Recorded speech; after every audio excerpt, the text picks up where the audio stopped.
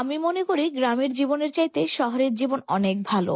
আমি একটা জিনিস খেয়াল করে দেখলাম গ্রামে এসে, এখানে মানুষের মনে কুসংস্কার অনেক বেশি। তারা নিজের জীবনের চাইতে অন্যের জীবনে কি ঘটতে চলেছে সেটা নিয়ে তারা অনেক বেশি মাথা ঘামায়। পরনিন্দাটাও অনেক বেশি করে। গ্রাম হয়তো বা আপনাকে সুন্দর একটা পরিবেশ উপহার দিবে, কিন্তু আপনার মানসিক শান্তিটা দিবে না। এখানে মহিলারা পরনিন্দা নিয়ে অনেক ব্যস্ত, আর পুরুষরা জায়গা জমি বিচার সালিশ নিয়ে ব্যস্ত থাকে।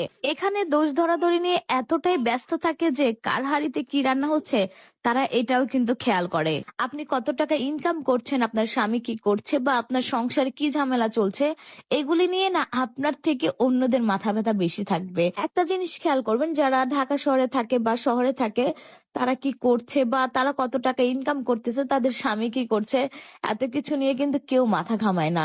কারণ শহরের মানুষের এতটাও সময় নেই যে অন্যরা কি করছে সেটা নিয়ে ভাববে। কোথায় যেন পড়েছিলাম, সামর্থ্য থাকলে কখনোই গ্রামে থাকা উচিত না।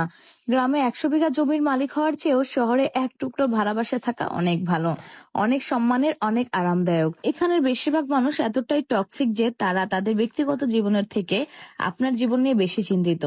আপনার চুল বড় কেন, আপনি বোরকা পরেন না কেন, অনার্সে পড়লেও মেয়ের বিয়ে দেয় না কেন, বয়স 25 পেরিয়ে গেল এখনো জব হয় না কেন, আপনার বেসমেন্ট কেউ বিদেশে গিয়ে লাখ লাখ টাকা কামাই করে আর আপনি এখনো পড়াশোনা কেন করছেন, আজগুবি বিষয় নিয়ে তাদের অনেক টেনশন। মাঝে মাঝে দেখবেন যে আপনার ফ্যামিলিও যেসব বিষয়গুলো নিয়ে চিন্তিত নয়, কিন্তু অন্যান্য মানুষগুলো সেসব বিষয় নিয়ে বেশি চিন্তিত। আরেকটা সবচেয়ে বড় পাঠ কি জানেন?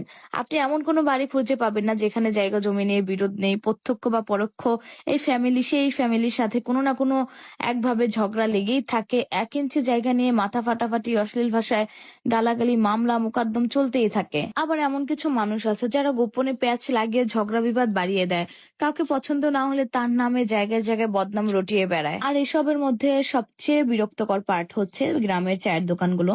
গ্রামের প্রতিটি চায়ের দোকানে চায়ে চুমুক উঠেই গিবত দিয়ে, যেখানে কার বউর বাচ্চা হচ্ছে না, কার বউ প্রেগনেন্ট থেকে শুরু করে রাজনীতি, অর্থনীতি, খেলাধুলা, কোনোটাই এই গবেষণা থেকে বাদ যায় না, যার অধিকাংশই হচ্ছে আবার গুজব। এসবের মাঝে গ্রামে কিছু আপনার শুভাকাঙ্ক্ষী থাকে যারা আপনাকে বুঝতে চায়, বোঝার চেষ্টা করে, যারা অন্যর ব্যক্তিগত জীবনে এত আগ্রহী নাই। এরকম অনেক মানুষই আছে, কিন্তু যারা বোঝে না তারা আসলে অন্যকে নিয়ে ঠিকই সমালোচনা করে।